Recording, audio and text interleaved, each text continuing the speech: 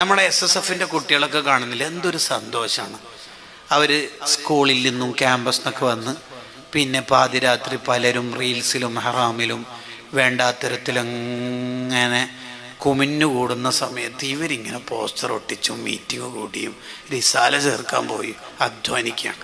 ഈ റിസാല ചേർക്കാൻ പോയ എല്ലാവരും വേഗം ചേർക്കോ? ഇല്ല. ചേരുമോ? ഇല്ല.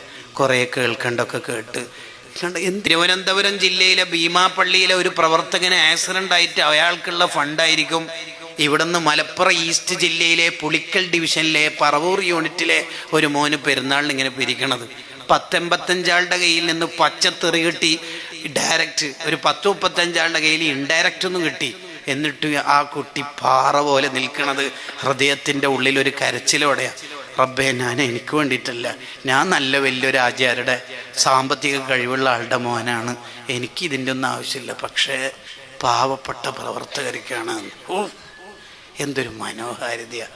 ഇതാ സംഘടനാ സംസ്കാരം എന്ന് പറഞ്ഞാൽ. നമ്മളെ മക്കളൊക്കെ നല്ലവരാണ്, നല്ല കൂട്ടുകാരാണ് അവരുടെ.